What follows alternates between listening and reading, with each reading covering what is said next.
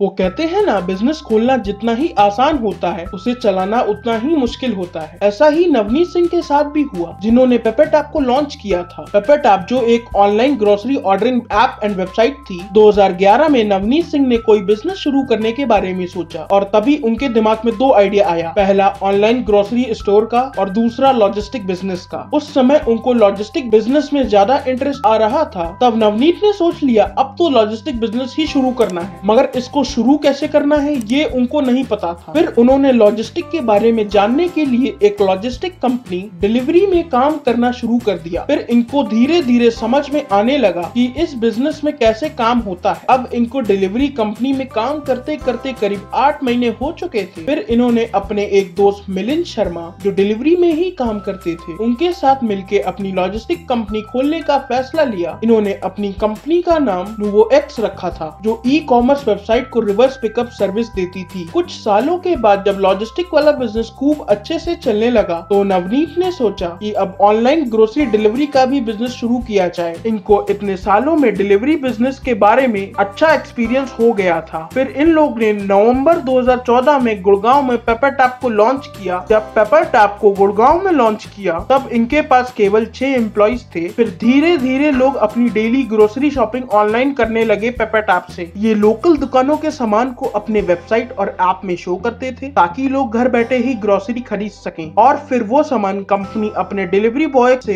लोगों के घर तक भेजती थी। अब दिक्कतें तो हर बिजनेस में आती ही हैं। ऐसी ही कई दिक्कतों का सामना इनके बिजनेस को भी करना पड़ा। इनको हर शहर में अच्छी दुकानें ढूंढना पड़ता था जो समय समय पे सामान दे पाए, और उनके पूरे स्टॉक को इन लोगों को अपने मोबाइल ऐप और वेबसाइट में शो करना पड़ता था। और ज्यादातर लोकल स्टोर्स उस समय अपने स्टॉक का रिकॉर्ड ऑफलाइन बुक कीपिंग के द्वारा ही करते थे। कंपनी को हर शॉप की इन्वेंट्री डिटेल्स ऑनलाइन चाहिए रहती थी, जो कि इन लोगों के लिए एक बड़ी प्रॉब्लम थी। मई 2015 में इन लोगों को पहली फंडिंग मिली, जो कि $10 मिलियन की थी। फंड देने वाली कंपनी का नाम सिकोया कैपिटल और साफ पार्टनर्स था। फिर इन लोग ने सितंबर 2015 तक पेपर टैप को 15 और शहरों में लॉन्च कर लिया था, और सितंबर 2015 में ही पेपर टैप को स्नैपडील की तरफ से $36 मिलियन की और फंडिंग मिली। और उसी के बाद कंपनी ने 75 नए शहरों में पेपर टैप को लॉन्च करने का प्लान बना लिया था। और इसी के साथ इनके पास अब तक लगभग 2000 एम्प्लॉइज हो गए थे। अक्टूबर 2015 में इन लोगों को रोज करीब 20,000 ऑर्डर्स मिलते थे, जो कि एक बहुत बड़ी सफलता थी इस कंपनी के लिए। और अब पेपर टैप इंडिया की तीसरी सबसे बड़ी ऑनलाइन ग्रोसरी सेलिंग कंपनी बन चुकी थी। दिसंबर 2015 में इन लोगों ने 6 शहरों में पेपर टैप को कम्प्लीटली बंद कर दिया था, क्योंकि इन लोगों को लॉस हो रहा था, जिसमें कि मुंबई, कोलकाता, चेन्नई, अहमदाबाद, चंडीगढ़ और जयपुर थे, और करीब 400 डिलीवरी बॉयज को भी हटाना पड़ा था। और अब पेपर टैप केवल दिल्ली, गुड़गांव, हैदराबाद, पुणे, नोएडा, बैंगलोर, गाजियाबाद और फरीदाबाद में ही था। 23 अप्रैल 2016 को नवनीत ने पेपर टैप के बिजनेस को कम्प्लीटली बंद करने का फैसला लिया। ये फैसला किसी भी कंपनी के लिए इतना आसान नहीं होता है। अब आपके दिमाग में भी ये सवाल आ रहा होगा कि आखिर नवनीत ने पेपर टैप को बंद करने का डिसीजन क्यों लिया। तो उसके कई कारण थे। पहला, पेपर टैप को ज्यादा से ज्यादा सिटी में एक्सपैंड करने के चक्कर में सही से बेस ही नहीं बन पाया था। नवनीत ने पेपर टैप को शुरू करने के 6 महीने बाद ही कई और सिटीज में लॉन्च कर दिया था और बहुत से लोकल स्टोर्स को कवर कर लिया था, मगर इंटरनल इंफ्रास्ट्रक्चर ही डेवलप नहीं कर पाए थे अपने बिजनेस का। कभी कभी कस्टमर को सामान ही नहीं दिखता था लोकल स्टोर्स का इनके ऐप और वेबसाइट में, तो खरीदे कैसे। दूसरा, जब भी कोई कंपनी कस्टमर को डिस्काउंट देती है तो उसके पीछे कंपनी का मकसद केवल और केवल अपने बिजनेस का प्रचार करना होता है, और ऐसा ही पेपर टैप के साथ भी हुआ। और इन लोगों ने भी खूब डिस्काउंट दिया स्टार्टिंग में, ये सोच के कि ज्यादा से ज्यादा लोग ग्रोसरी ऑनलाइन खरीदेंगे और इनका बिजनेस बढ़ेगा। और ये लोग उस समय हर ऑर्डर पे लॉस उठा रहे थे, ये सोच के कि बाद में ये लॉस कवर हो जाएगा, मगर ऐसा नहीं हुआ, क्योंकि कंपनी की सर्विस अच्छी ना होने की वजह से लोगों ने डिस्काउंट के बाद पेपर टैप को यूज करना बहुत ही कम कर दिया। तीसरा, कहते हैं ना, बिजनेस में फायदा और नुकसान लगा रहता है। ऐसा ही पेपर टैप के साथ भी होता था। जब भी कोई ऑर्डर छोटे अमाउंट का होता था तो ये लोग उसमें अपनी डिलीवरी कॉस्ट ही नहीं निकाल पाते थे, और एक वक्त ऐसा आ गया कि कंपनी हर ऑर्डर पे अपना कैश लूज कर रही थी। और इस बात से इन लोगों को पता चल गया था कि अब इनकी कंपनी ज्यादा दिन तक नहीं चलेगी, क्योंकि कैश कभी ना कभी तो खत्म हो ही जाएगा। चौथा, और स्टार्टअप्स के लिए 2015 का साल तो अच्छा था। उस समय फंडिंग मिल जाया करती थी, मगर 2016 में बहुत ही टफ था, क्योंकि मार्केट में और भी कॉम्पिटिटर्स आ गए थे फंडिंग लेने के लिए और इन्वेस्टर्स बहुत सोच समझ के इन्वेस्ट कर रहे थे। और नवनीत के इस डिसीजन से जितने भी एंटरप्रेन्योर्स हैं उनको ये सीखने को मिलता है कि ज्यादा से ज्यादा पैसा और टाइम अपने प्रोडक्ट में इन्वेस्ट करें, ना कि प्रमोशन और डिस्काउंट की लालच ने कस्टमर्स को। और ये प्रयास करें कि कैसे कस्टमर को बेहतर से बेहतर सर्विस दी जा सकती है। वो कहते हैं ना, न्यू ही इमारत की मजबूती होती है, और जब न्यू ही कमजोर हो तो इमारत कहां से मजबूत बनेगी। ऐसा ही कुछ पेपर टैप के साथ भी हुआ और फिर नवनीत ने फैसला लिया कि अब वो केवल अपने लॉजिस्टिक वाले बिजनेस को ही एक्सपेंड करेंगे। अगर ये वीडियो पसंद आई हो तो इस वीडियो को लाइक और शेयर करें और हमारे चैनल को सब्सक्राइब करें। Thanks for watching.